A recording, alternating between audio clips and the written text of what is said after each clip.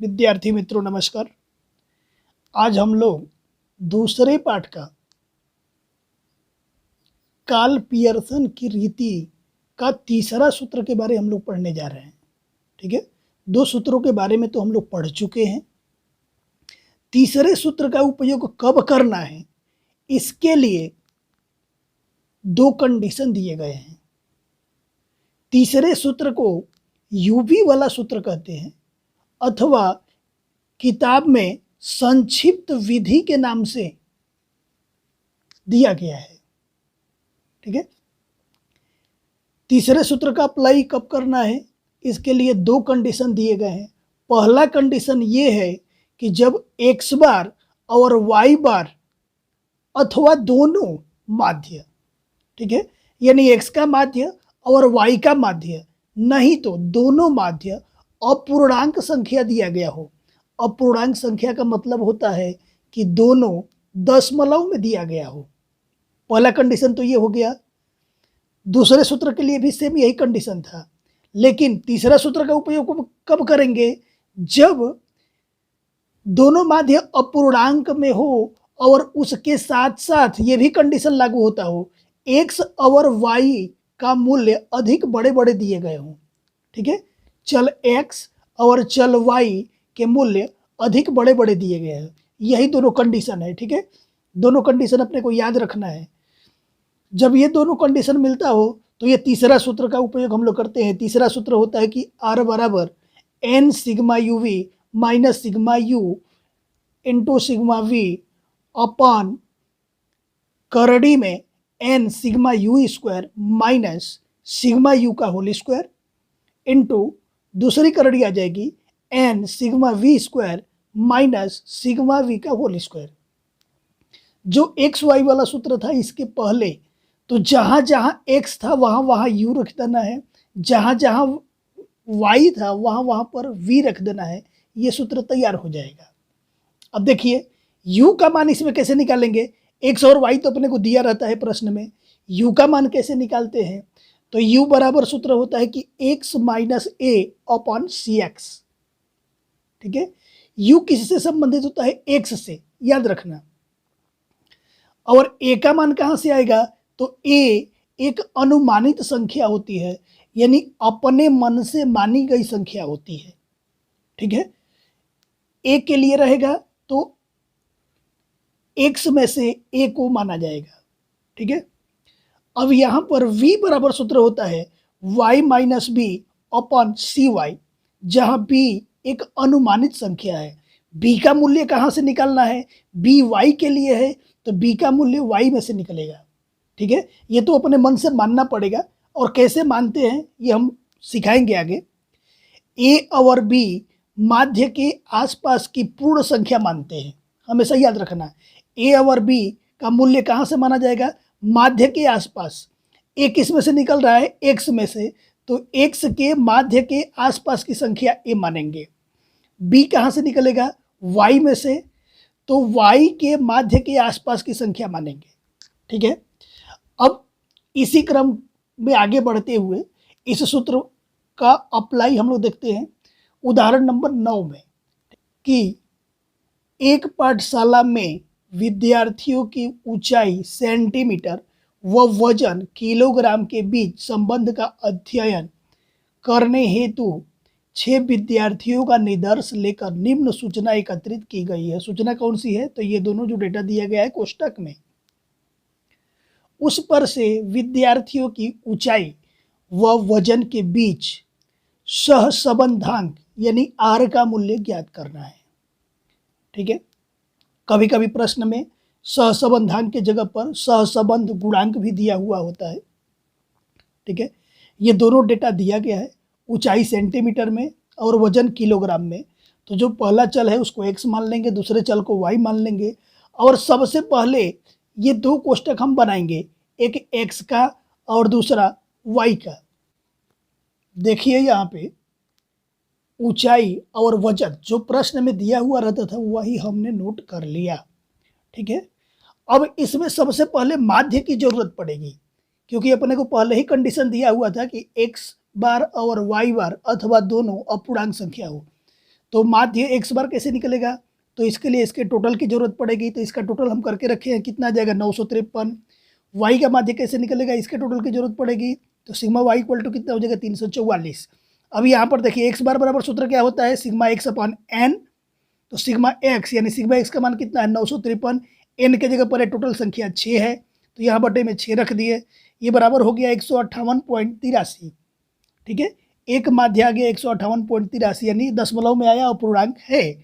और y का माध्य निकाले हम लोग, तो सूत्र क्या होता है सिग्मा वाई अपन एन, सिग्मा वाई यानी y का टोटल कितना है 344, एन के जगह पर 6 का भाग देंगे तो कितना आ जाएगा 57.33।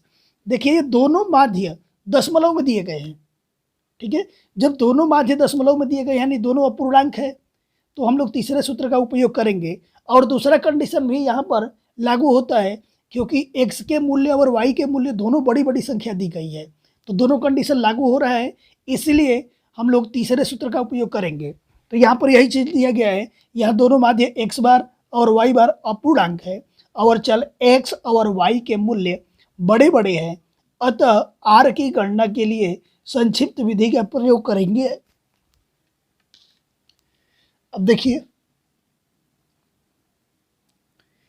a का मान, सोचने वाली बात है, यहाँ पर x बार कितना आया हुआ है 158.83, तो इसी के आसपास की कोई भी संख्या मानना है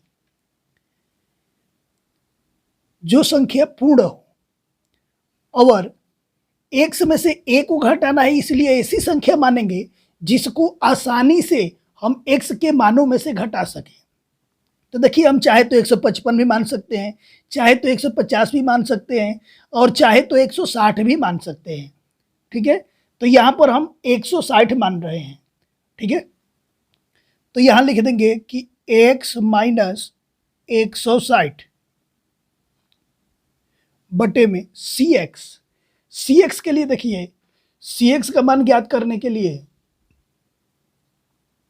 यहाँ पर 155, 165, 158, 162, 153 और 160, कोई संख्या 5 से कट रही है, ये दोनों संख्या 5 से कटेगी, ये 5 से नहीं कटेगा, ये भी 5 से नहीं कटेगा, 2 से भी सभी संख्याएं नहीं कटेगी। ठीक है, cx का मतलब बटे में है, cx का मतलब बटे में है यानी सभी संख्याओं में भाग लगना चाहिए। ऐसी कोई संख्या नहीं दिख रही है जिससे ये x के सभी मूल्यों में भाग दिया जा सके, तो इसके लिए हम cx के जगह पर क्या मान लेंगे 1, हमेशा याद रखना। इसी तरह से v के लिए देखिए, v के लिए क्या दिया हुआ है, यहाँ पर y बार का मान कितना है 57.33 है, तो इसके आसपास की पूर्ण संख्या हम 58 भी मान सकते हैं, 59 भी मान सकते हैं, 60 भी मान सकते हैं, 55 भी मान सकते हैं, 50 भी मान सकते हैं, लेकिन 60 मानेंगे तो सभी संख्याओं को घटाने में क्या होगा, आराम होगा। ठीक है, तो यहाँ पर हम b के जगह पर क्या मान ले रहे हैं 60, y माइनस 60 और बटे में, यहाँ पर भी देखिए सबके मूल्य में, y के सभी मूल्यों में क्या हो रहा है, 3 से भाग नहीं जाएगा, 2 से भी सब में भाग नहीं जाएगा, 10 से भी सब में भाग नहीं जाएगा, 5 से भी सब में भाग नहीं जाएगा, यानी कोई भी एक निश्चित संख्या नहीं है जिससे सब में भाग दिया जा सके। ठीक है, तो यहाँ भी हम cy की जगह पर क्या मान लेंगे 1 मान लेंगे। ठीक है, अब अपने को चाहिए क्या, कोष्टक की संख्या, कितनी कोष्टक चाहिए। कोष्टक की संख्या निर्धारित करने के लिए सूत्र को देखा जाता है, जिसके जिसके आगे सिग्मा है उतना कोष्टक चाहिए। यहाँ यूबी का सिग्मा है तो एक कोष्टक यूबी का होना चाहिए, यहाँ यू का सिग्मा है यानी एक कोष्टक यू का होना चाहिए। तो सबसे पहले हम बनाएंगे यू का कोष्टक, और यू बराबर हम लोग यहाँ पर क्या लिखे थे, x माइनस 160 बटे में 1, x माइनस 160 बटे में 1। अब यहाँ पर क्या चाहिए, सिग्मा v यानी एक v के लिए कोष्टक चाहिए, तो v बराबर एक y से बनता है v, तो y माइनस कितना माने थे, यहाँ पर देखिए 60 माने थे, y माइनस 60 बटे में 1, तो y माइनस 60 बटे में 1।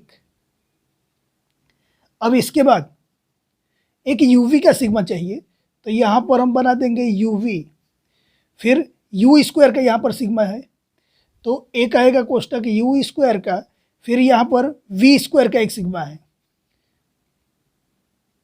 ठीक है, यहाँ पर देखिए ये सिग्मा यू का होल स्क्वायर है सूत्र के अंदर, ये सिग्मा यू का होल स्क्वायर है, तो ऊपर से ही जो सिग्मा यू का मूल्य होता है वही मूल्य यहाँ पे रखा जाता है और उसका वर्ग कर दिया जाता है।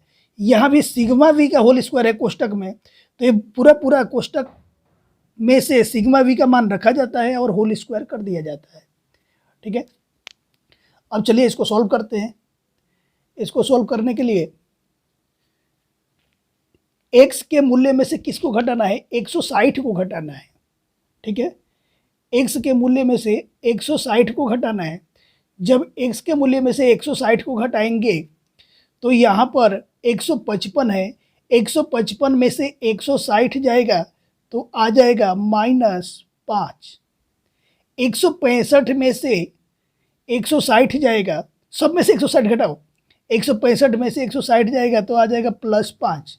158 में से 160 जाएगा, यहाँ पर हो जाएगा -2।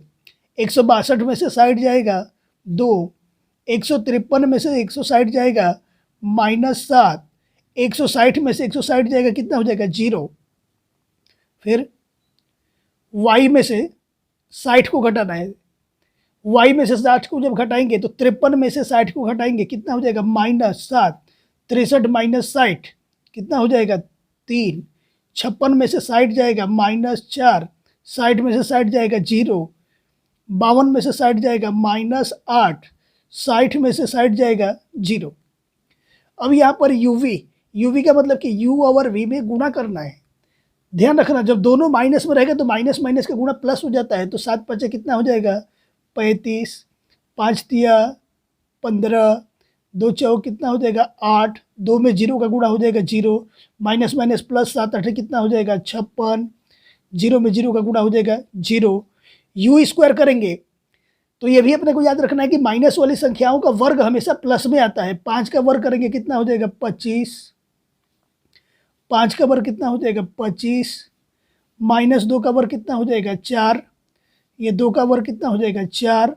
7 का वर्ग कितना हो जाएगा 49। 0 का वर्ग 0। अब v का वर्ग करेंगे, -7 का वर्ग कितना हो जाएगा 49। 3 का वर्ग कितना हो जाएगा 9। 4 का वर्ग कितना होता है 16। 0 का वर्ग 0। 8 का वर्ग कितना होता है 64 और यहाँ 0 का वर्ग 0।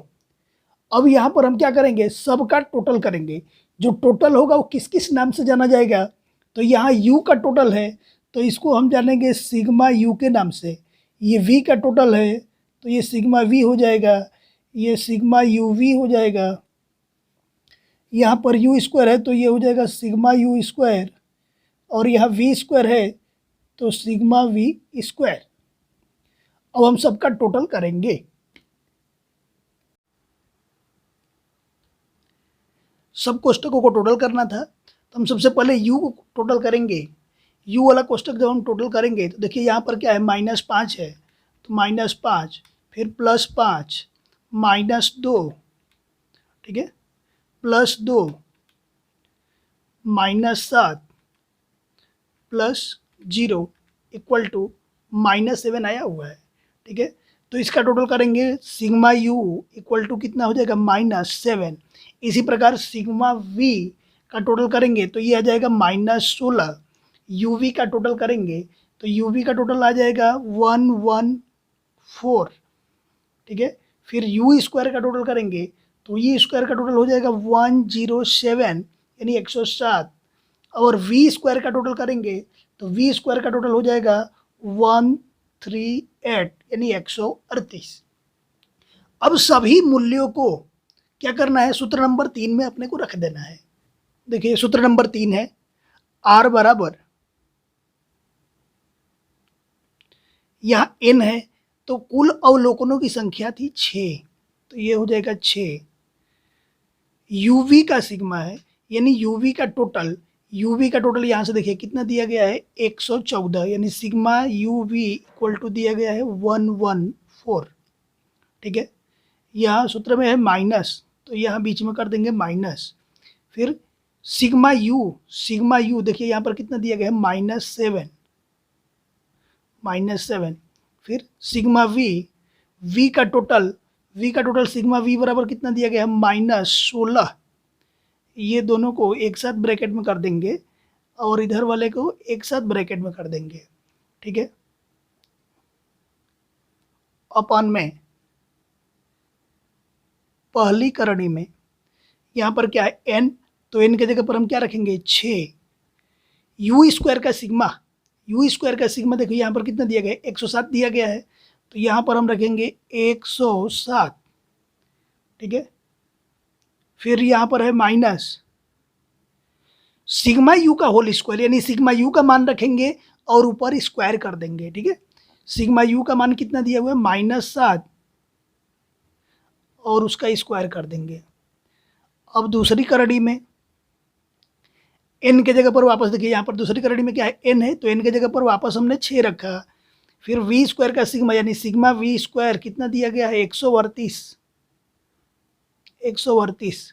सिग्मा वी का होल स्क्वायर यानी सिग्मा वी का वैल्यू रखेंगे और उसका स्क्वायर कर देंगे। सिग्मा वी का वैल्यू कितना है -16 और उसका स्क्वायर, ठीक है।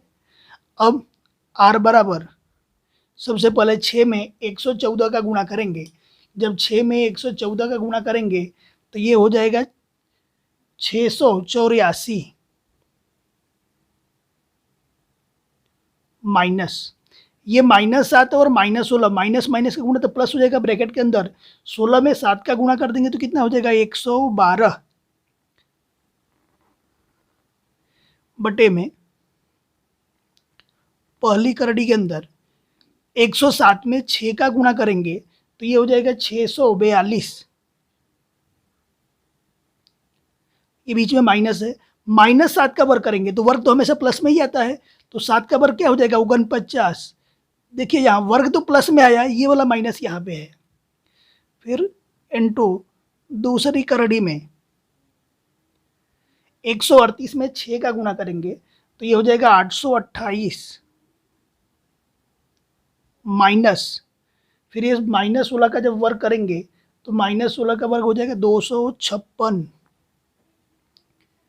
ठीक है। अब इसलिए r बराबर 684 में से 112 को घटाएंगे, 684 में से 112 को घटाएंगे तो ये आ जाएगा 572, ठीक है। बटे में पहली करड़ी के अंदर 642 में से 49 घटा देंगे तो आ जाएगा 593। फिर 828 में से 256 घटाएंगे तो ये हो जाएगा 572। अब यहाँ r बराबर ऊपर कितना है 572, यहाँ पर दोनों करड़ी में है तो एक करड़ी ला के दोनों संख्याओं को गुणा कर देंगे, यानी 593 और 572 दोनों को जब गुणा कर देंगे और तो इसका आंसर आएगा 33 91 96। ये हो जाएगा 33 91 96, दोनों के बदले एक ही करड़ी लगा देंगे। अब r बराबर ऊपर हो जाएगा 572, इसका वर्गमूल निकालेंगे, कैलकुलेटर से निकाल लेना आप लोग, तो वर्गमूल आएगा 582.40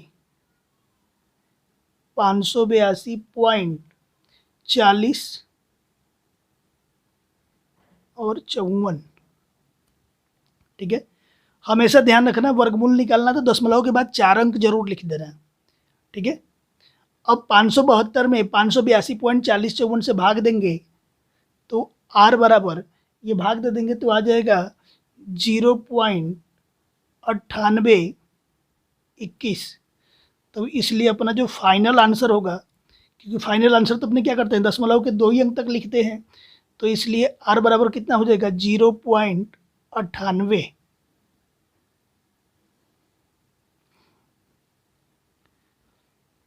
अभी बताइए इसका अर्थघटन किया जाए, r का मान क्या है 1 के अत्यंत समीप है, 0.98 आ रहा है ना, तो 100 होने में कितना, सिर्फ 0.02 की कमी है, तो आर का मान 1 के अत्यंत समीप है। लिखेंगे कि आर का मान 1 के अत्यंत समीप है, इसलिए दोनों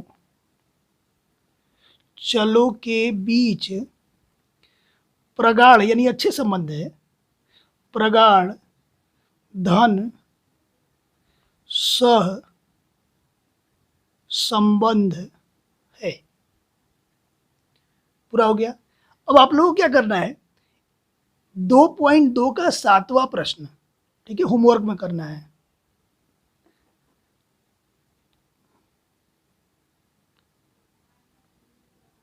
प्रश्नावली 2.2 का प्रश्न 7 सेम इसी मेथड से करना है इसको। जय हिंद, जय भारत।